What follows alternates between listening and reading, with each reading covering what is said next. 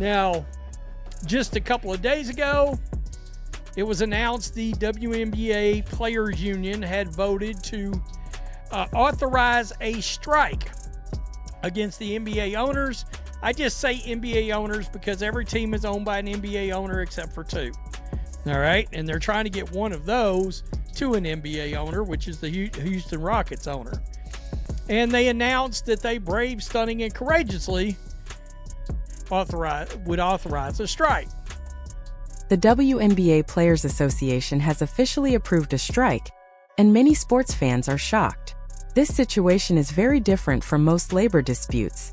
The WNBA has not made a profit in its entire 27-year history. Almost every team except two is owned by NBA franchises that have been covering financial losses for decades. Now, just as the league is finally growing in popularity, largely because of one star player, the union is threatening to reject a new deal. This agreement would raise the maximum salary from $250,000 to almost $2 million, which is an 800% increase. Yet they are still refusing it. Thursday morning, because David Sampson, who's a really freaking smart sports business guy, came out and said the NBA is going to draw the line on revenue sharing, and they will draw the line to the point of shutting the WNBA's doors down. They are not going to give the revenue sharing that the WNBA players want, and the women will compromise. And so I had a theory when I made that video that they did this to publicly save face before they did. David Sampson understands exactly how team owners think. As the former president of the Miami Marlins, he has been part of many tough negotiations, and he doesn't sugarcoat anything. When he says the NBA will refuse revenue sharing and could even shut down the WNBA before agreeing to it, he isn't guessing. He's speaking from real experience. The WNBA players are asking for a 50-50 split of revenue, similar to what NBA players receive. The owners, however, are only willing to raise salaries, not share profits from a league that loses money every year. One side is focused on financial reality, while the other is standing on principle. But principles can't cover bills if the league collapses. Call it 250. So you mean to tell me y'all are not going to sign a deal where you get, let's call it a 7.5 to 8 times raise? You're not signing a deal with a 7 times salary increase. Let's just call it 7 times. Are you absurd? I mean, that's a great way for these players to lose the support of fans. By the way, they're losing the support of fans. Because the biggest complaint all these years is they didn't get paid. When you look at the reactions on social media, it's clear these comments aren't coming from trolls or people who dislike the WNBA.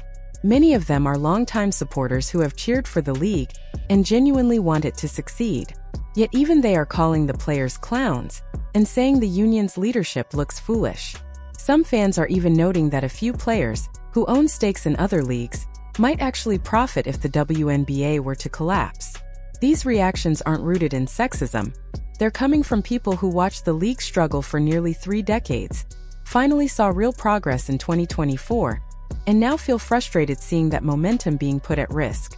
The current CBA expires on October 20th, and the owners have offered a deal with major improvements. The team's salary cap would rise from $1.46 million to more than $3 million by the end of the agreement. The top salary for a single player would increase from $249,000 to nearly $1.9 million. Even the lowest salaries would more than double. Despite these huge boosts, the players' union has voted to authorize a strike because they want a share of revenue that doesn't actually exist, since the league has never turned a profit. This is not going to end well. The entire leadership is made up of players who have ownership stakes in other leagues.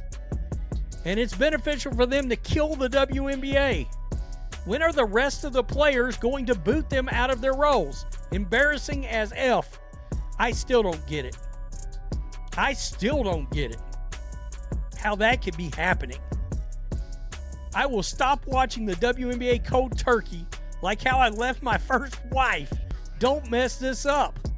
They definitely have the wrong players representing the players. And I don't understand why none of that's... There's things that go on in this league that would never, ever, a million times... Fans see something that the Players Association seems to ignore. You cannot split money that doesn't exist. Revenue sharing only works when a league brings in real profit. The NBA can offer a 50-50 split because it earns around $11 billion every year and makes huge earnings. Players there receive half of a very large amount. The WNBA, on the other hand, brings in roughly $200 million and still loses between $10 million and $40 million annually, depending on the estimate. NBA owners have been covering these losses since the league began in 1997. So when WNBA players demand the same financial system as a league that is around 40 times bigger and actually profitable, it isn't bold or forward-thinking. It simply doesn't make economic sense. And the timing makes it even worse. The 2024 season brought historic growth because of Caitlin Clark's breakout year. Her presence turned the Indiana Fever from a struggling team into one that sold out arenas. National TV numbers tripled whenever she played. Merchandise sales surged. For the first time ever, the league had real national momentum. Sponsors were paying attention and expansion talks were picking up. Yet right at this crucial moment, the Players Association chose to threaten a work stoppage, putting all that progress at risk. Crazy. Yawn, the small interest I have to watch will be gone if they strike. Would anyone notice? A lot of people, they are getting clowned. They are actually getting clowned. They have a professional women's basketball league. When did that begin?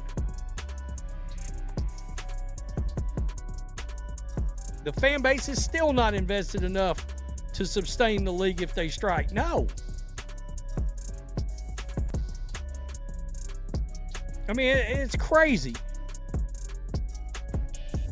The WNBA has never turned a profit for 30 years, meaning the NBA and more so the owner. The comparison to the 5 feet 8 inches YouTuber isn't just a joke.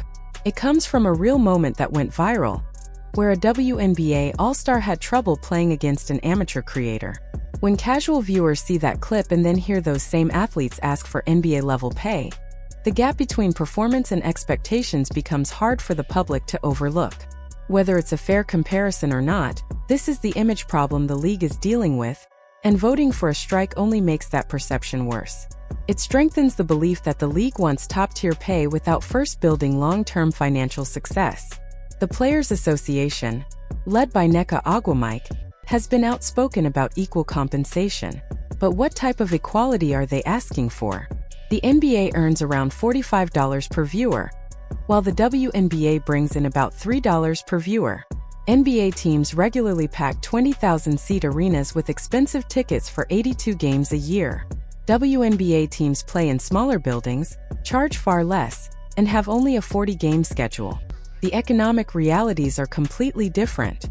Asking for the same revenue-sharing setup as the NBA ignores those basic financial facts and creates expectations the league simply cannot meet right now. Look, it's kind of weird. We all just got a trial run on what it was like to not be able to see Caitlin Clark on the court. It sucked. It sucked, but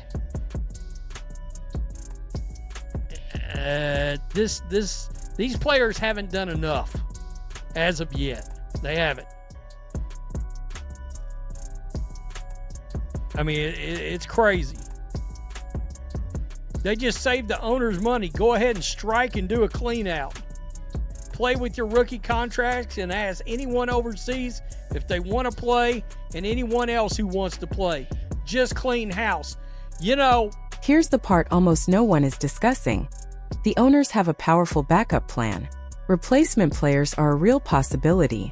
Rookie contracts can't be included in a strike, which means Caitlin Clark, Angel Reese, Cameron Brink once she heals from her ACL injury, and every other first-year player would still be on the court. After that, owners could easily bring in international talent. Many skilled players in European leagues earn between $30,000 and $60,000 a year. If they were offered six-figure WNBA salaries, do you really think they would refuse? Most of them would get on a flight within a day or two. The Players Association may believe NBA owners won't risk shutting down the WNBA because of public pressure and optics. But that assumption is incredibly risky. These owners are business leaders who built billion-dollar organizations by making tough choices. They've survived lockouts, relocated teams, fired beloved coaches, and traded major stars, all to protect long-term financial stability. Expecting them to give in and agree to revenue sharing for a league that doesn't turn a profit simply because it looks good is unrealistic. That's not how high-stakes business works, and betting on that outcome could backfire in the worst possible way. Yikes. Man, so tired of the women fatigue. It's crazy. It is crazy. This is an opportunity for the owners and stakeholders of the WNBA to reboot the league. You will get tons of international fans. Will anyone actually notice or care? Seriously, if the league folds, would anybody really miss it? And I can tell you, as soon as I drop one of these videos, I get a ton of these comments.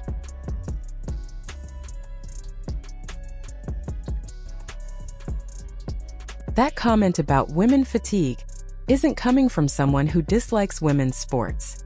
It's coming from a person who feels worn out by the constant message that everything is unfair, everything is discrimination, and nothing is ever the league's responsibility. The WNBA has received a long list of advantages over the years. NBA owners have covered financial losses for decades. Teams share top-level arenas and training facilities. The league gets promotion during NBA broadcasts, and schedules are arranged so games don't clash with major men's events. Even with all of that support, the league still hasn't made a profit.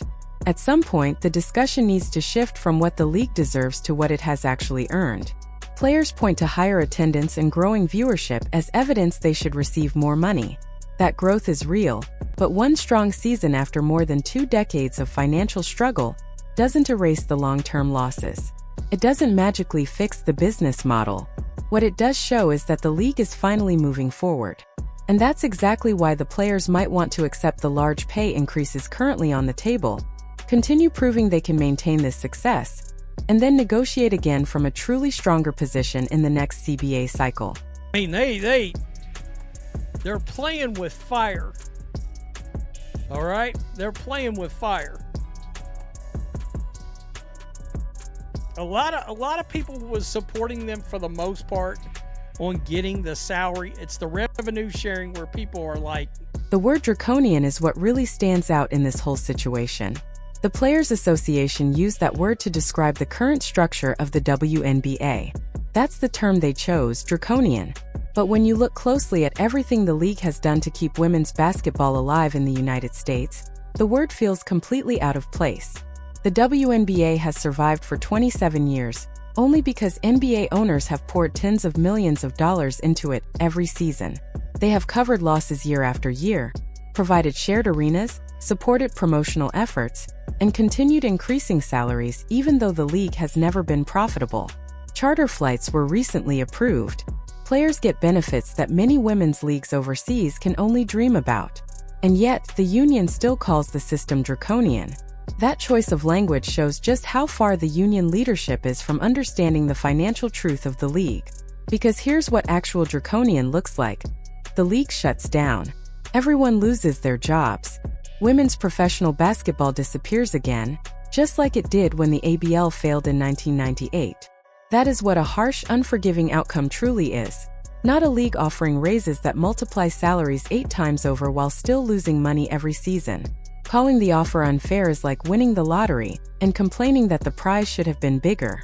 David Sampson said the players will eventually compromise, and he's probably correct. The strike vote feels more like a pressure tactic than a true plan. It allows the union to show a strong front publicly, while preparing to accept a deal close to what the owners already proposed. The players know they have weak leverage. They've seen how harsh the public reaction has been. They understand that threatening to walk away at the exact moment the league is finally growing looks reckless. So yes, the players will make noise about unity and standing up for themselves. But in the end, they'll accept the major raises and drop the demand for revenue sharing.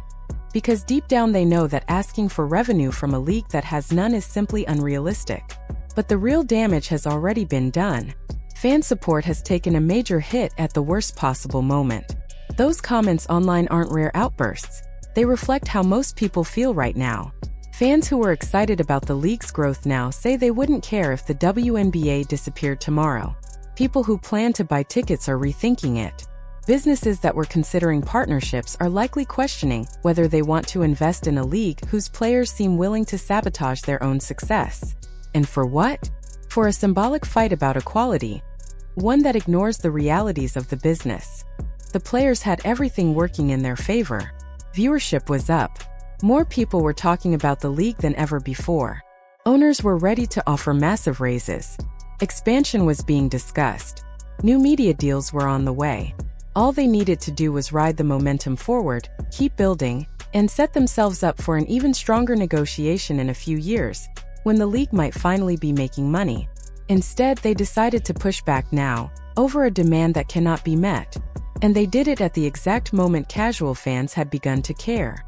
Think about Caitlin Clark in all of this. She just had the most impactful rookie season in league history.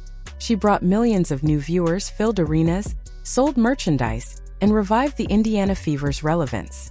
She changed the entire direction of the league. And now she is watching her own Players Association threaten a strike over a contract that would pay her nearly $2 million per season. How does that look from her perspective? Or from Angel Reese's? Or Cameron Brink's? Or any rookie who finally felt hope for the league's future? Many veterans pushing for this strike have been in the WNBA for years. They've lived the difficult seasons, the small crowds, the low income. Their desire to fight for more is completely understandable.